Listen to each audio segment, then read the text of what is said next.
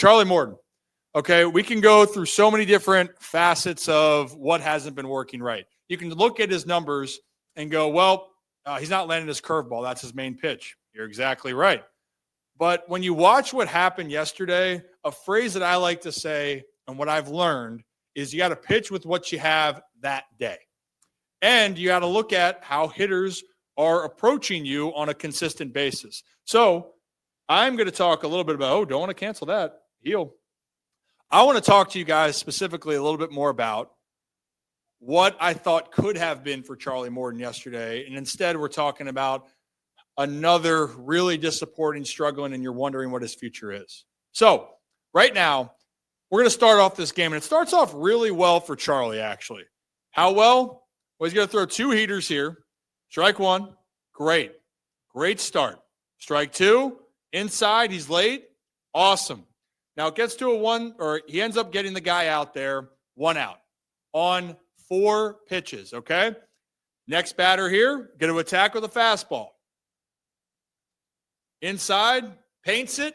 That had a lot of good movement. Hey, how you doing? Great, we'll take it. As we keep moving then, next pitch, he's going to hang a changeup, which I didn't love this pitch selection. I'll get into that. But because it's right down Broadway, not ideal, but it does induce a pop-up. And this is where you're at. You have 2 outs so far when Seti makes his catch. Great job, Sed. Proud of you. Good kid.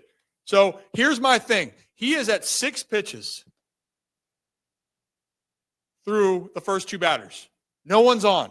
And this is why I kept saying this to me set the tone for the entire day. Okay?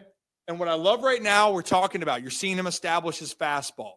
Well, he's going to do it again with Ellie. It's going to be a pitch right up here that he's not going to get the strike call. Come on. They're going to call that a ball. That's fine. He's going to follow it up with a changeup right here. It's going to be fouled away. And now it's 1-1. But you know what I love? Is that he's reading what Ellie's doing, okay? And he's going to throw another high fastball here, and Ellie's going to check his swing.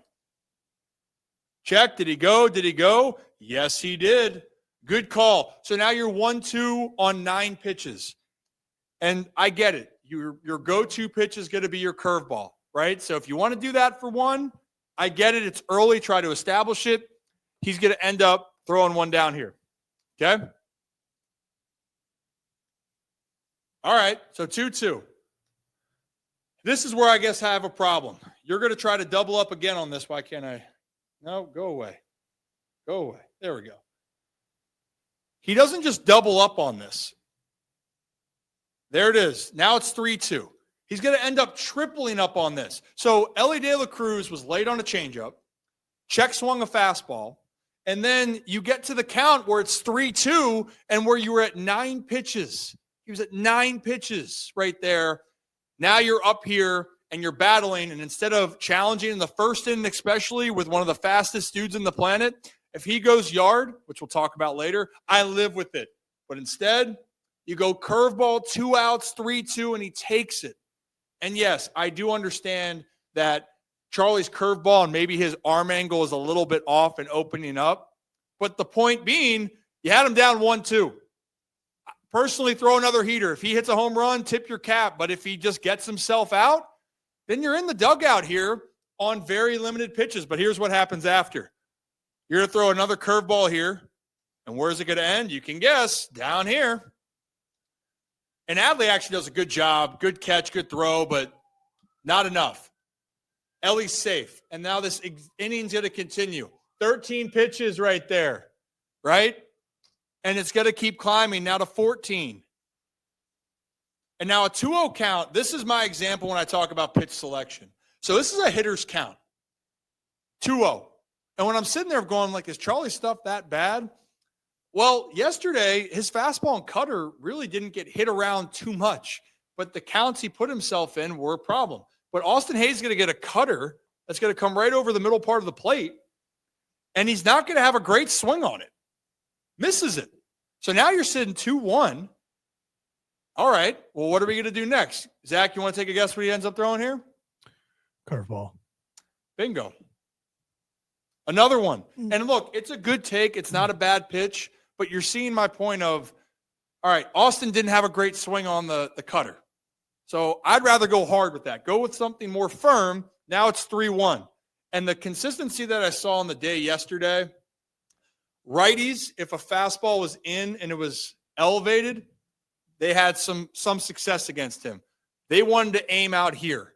And watch this. Guess what? Sinker away, fastball.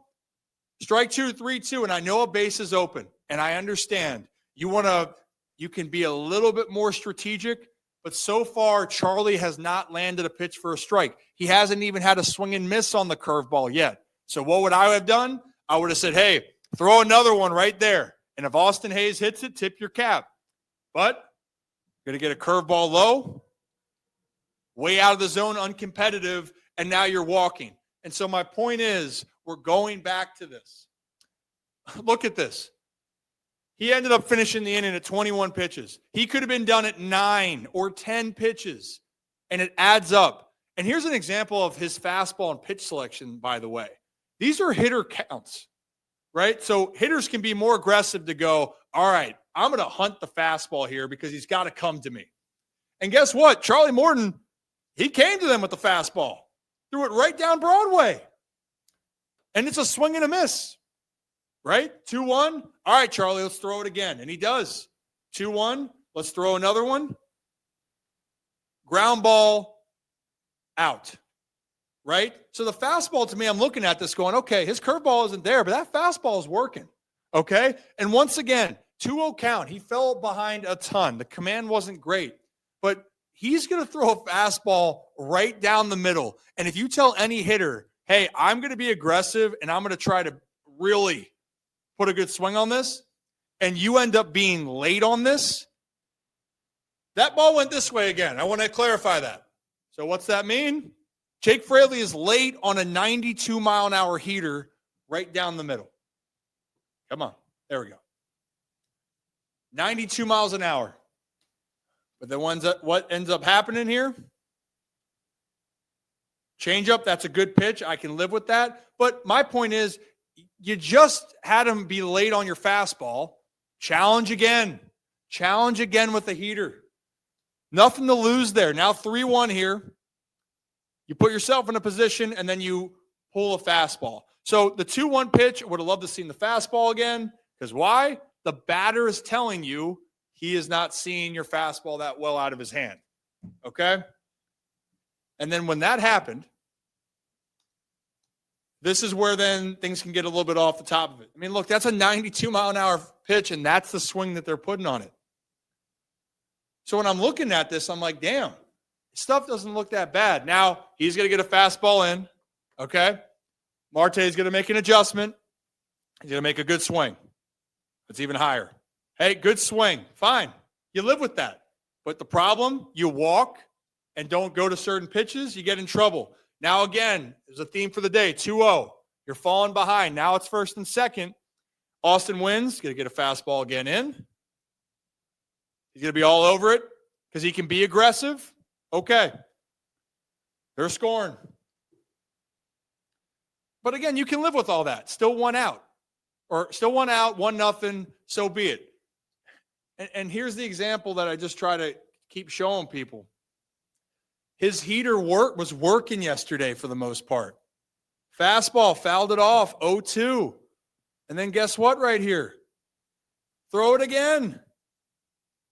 Right down the middle. Froze him. Out of the inning.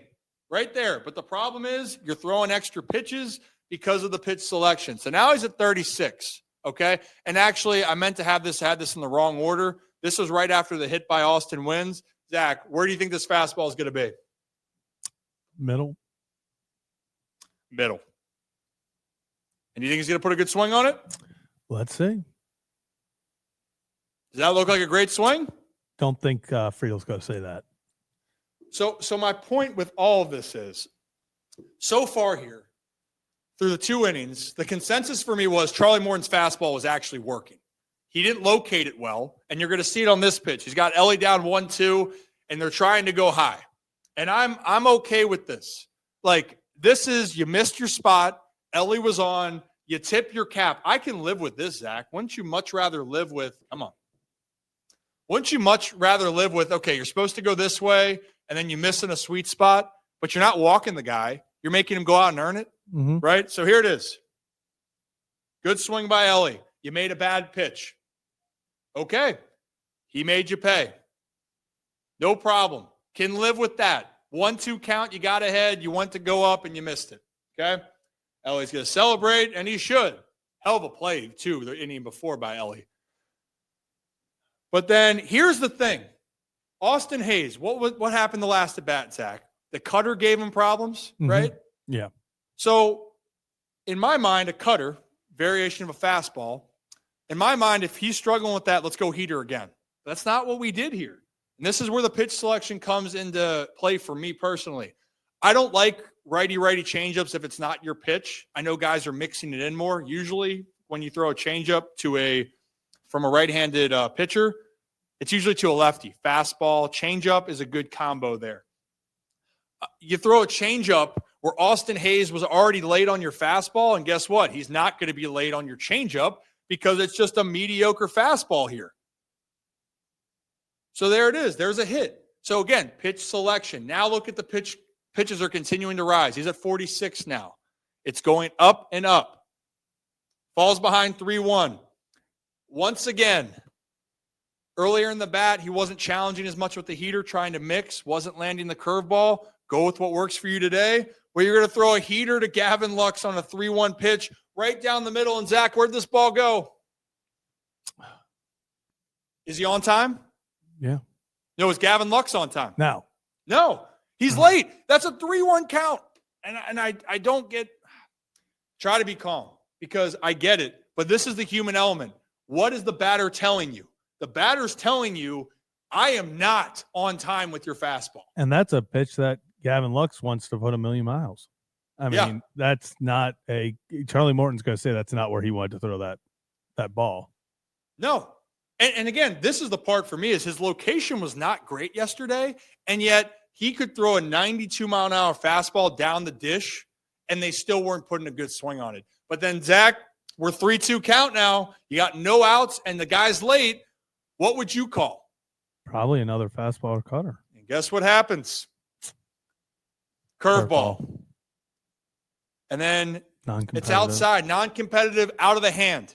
So you guys are seeing what I'm talking about. I'm looking here, and it's driving me crazy because you're giving free passes. Ellie had one good swing, but the inning before, leadoff walk. The first inning, you walk. Here's another walk. Then this is where the wheels start to come off, right?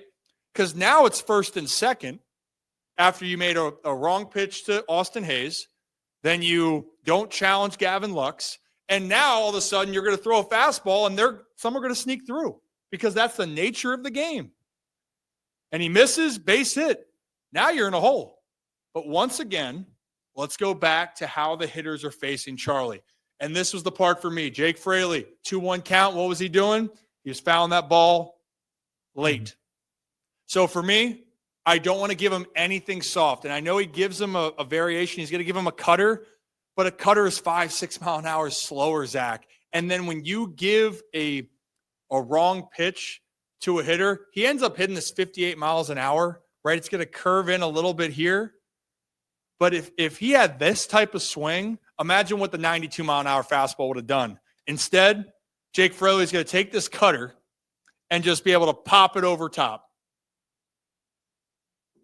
And just like that, now he's getting in trouble. Now it's 4-1. And you're sitting there going, damn, it really didn't have to be this way.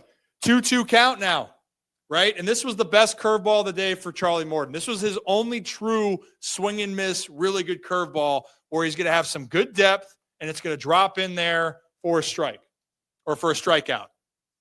That's a good one. That was his best one of the day. But again, if you're not landing it, you just got to pitch to what's going on. Austin wins here. It's a 2 sequence here. Austin had a base hit on the fastball, so what's Austin Wynn's going to be looking for? Knowing Winnie, he's going to be thinking off speed. So guess what? He's going to get a curveball right here that's going to hang up.